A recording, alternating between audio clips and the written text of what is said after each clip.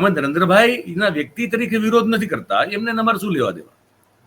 અમે જે વાત કરીએ છીએ એ એક જે રાજ્યના મુખ્યમંત્રી પદ ઉપર રહી ચૂક્યા, તો એમણે શું કર્યું રાજ્ય માટે, અને હવે જ્યારે દેશના વડાપ્રધાન છે તો એ પદ ઉપર એ પદનો ઉપયોગ જે થવો જોઈએ દેશના ભલા માટે, નાગરિકોના ભલા માટે, તો એ શું એ કરી રહ્યા છે કે નથી કરી રહ્યા?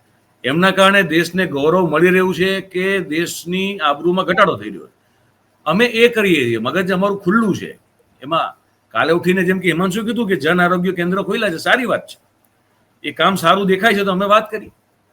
અમને બીજી વાર રિપીટ કરવામાં વાંધો નથી કે ભાઈ તમને કમસે કમ, હવે એમાં શું કૌભાંડ છે અગેન પાછું દરેકમાં છે, પણ એમાં લોકોને કમસે કમ દવાઓ મળી જાય છે, તો એ કઈક એક ઇનિશિયેટિવ છે.